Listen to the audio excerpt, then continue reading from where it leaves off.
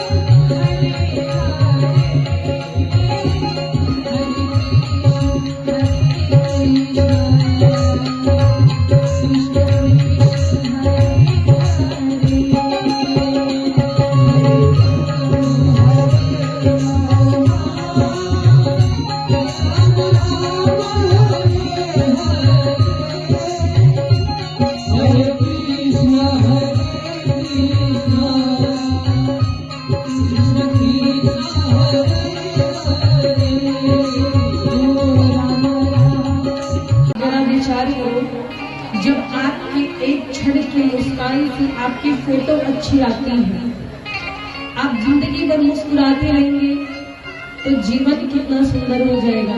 बोलो हो जाएगा कि नहीं? तो मुस्कुराना चाहिए।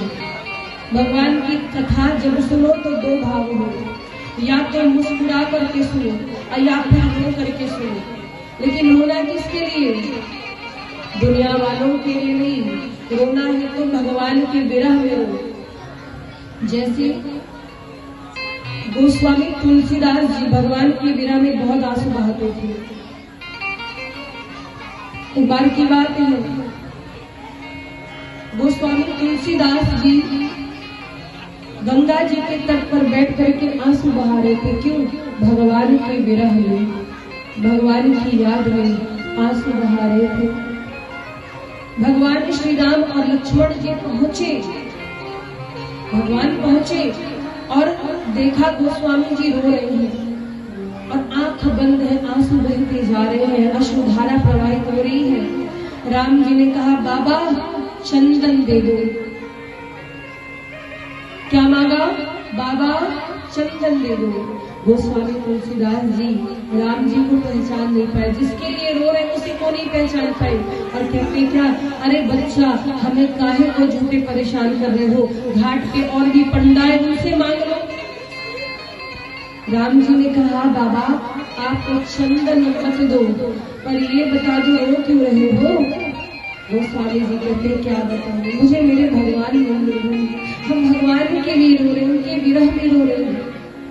राम जी कहते हैं बाबा आप अपने भगवान के लिए इतना रो रहे हो और आपके भगवान को आप पर दया भी नहीं आती, इसका मतलब उनका हृदय बड़ा कठोर है। वो स्वामी जी कहते हैं नहीं नहीं सरकार ऐसा नहीं कहिए, हमारे भगवान तो बड़े ही कोमल है, कृपाल है, श्री रामचंद्र कृपाल भजन, उनके जैसा कृपाल और कौन हो सकता है, उनके जैसा दयावान और कौन हो सकता है। तो बोले हमारी ही कोई कमी रह गई होगी जो भगवान हमें नहीं मिल रही। और हमारे फिर क्या हुआ, गोस्वामी जी का रुदन देख करके राम जी ने मन में सोचा बाबा अभी हम सामने खड़े हैं इतना रो रहे हैं, और जब हम चले जाएंगे तब कितना रोएंगे। बेटियों को ऐसी शिक्षा मत दो। और माताओं का कर्तव्य होता है कि बेटियों को शुरू से ही आप ऐसा बनाओ कि जीवन में कभी कोई समस्या भी आए, भले ही आप बहुत बड़े घर की हैं, लेकिन कभी कोई दिक्कत आ जाए, कोई समस्या आ जाए तो आपकी बेटी संघर्ष कर सके, सामना कर सके, हर परिस्थिति में मुस्कुरा सके। ये कब होगा जब आप अपनी बेटी को संस्कार देंगे। नहीं तो माँ बाप तो सिखाते रहते हैं, घर तोड़ने में माँ बाप का भी हाथ होता है, बुरा मत मानिएगा। आजकल बेटियों का घर बहुत जल्दी टूटता है, उसमें माँ बाप का भी हाथ होता है। क्यों? बेटी को संस्कार कभी दिया नहीं, कभी उसे भोजन बनाने नहीं दिया और यहीं से सिखा करके भेज दिया। सास से थोड़ा सावधान रहना, ननद से बच करके रहना। और पहले ही आपने विष भर दिया है दिमाग में, तो बेटी वही जाकर करेगी जो आपने सिखाया है। बेटियों को शुरू से रोक टोक करिए। मैं ये नहीं कह रही हूँ बेटियों को पढ़ाइए लिखाइए मत, स्वतंत्रता दीजिए, लेकिन उतनी ही जितने में आपकी मर्यादा समाप्त न हो, आपकी मर्यादा बनी रहे, आपके घर का मान सम्मान बना रहे। हमारा बात जब बेटियों की हो रही है तो मैं एक बात यहाँ पर बैठी बहनों से करना चाहूंगी। आजकल बच्चियां पढ़ लिख रही हैं, अच्छी बात है, हर क्षेत्र में आगे बढ़ रही है। हमारे देश की बेटियां वो काम कर रही है जो कोई नहीं कर सका है।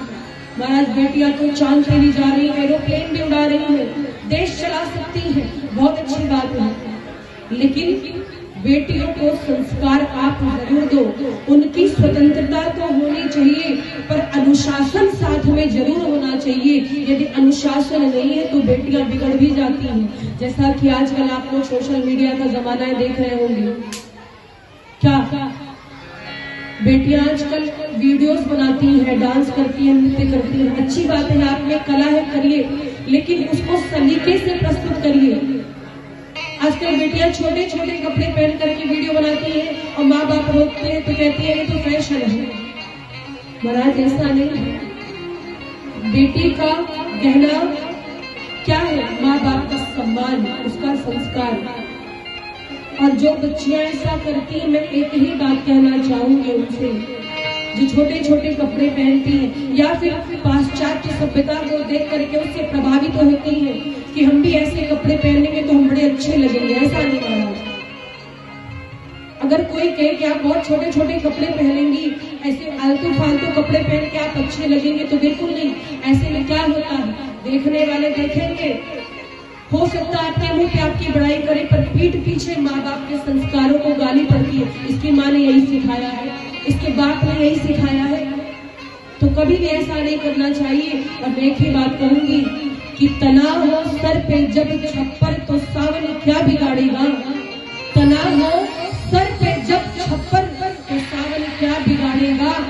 दुपट्टा हो बदन पर तो दुशासन क्या बिगाड़ेगा। और बहनों, तुम्हें सौगंध है खींची हुई इस लक्ष्मण रेखा की, बहनों तुम्हें सौगंध है खींची हुई इस लक्ष्मण रेखा की, ये मर्यादा की रेखा पार मत करना तो रावण क्या बिगाड़ेगा। ये सब कह डालता है, ये पता चल जाता है कि इसके दिल में कितना बैर है हमारे लिए। दूसरा बोलूं मैं, आप लोग नाराज नहीं होंगे। दूसरा ये होता है कि अभी माताओं से कह दो कि कहीं घूमने जाना है, महीना भर लग जाएगा, बैग पैक नहीं हो पाता है। ये भी रख लो, वो भी रख लो, ये भी रख लो, क्या क्या ले चलो। और महाराज कल पति से झगड़ा हो गया, 2 मिनट में मायके के लिए बैग पैक हो जाता है। क्रोध में ये काम तुरंत होता है कि नहीं होता? बोलो, नाराज नहीं होना, सच बोलेंगे आप। अभी सच्ची में माताओं को कहीं जाना है, इतने सारे कपड़े रख देंगे, अलमारी घूम घूम कर देखेंगे, ये वाला ले जाओ, अच्छा कौन सा ले जाओ। वही झगड़ा हो गया तो फिर अच्छा बुरा कुछ नहीं दिखता। 2-4 जवाबें मिले, खींच कर तुरंत पहन के जा रही हूँ अपने घर रहना के। प्रेम से बोलो राघवेंद्र सरकार की।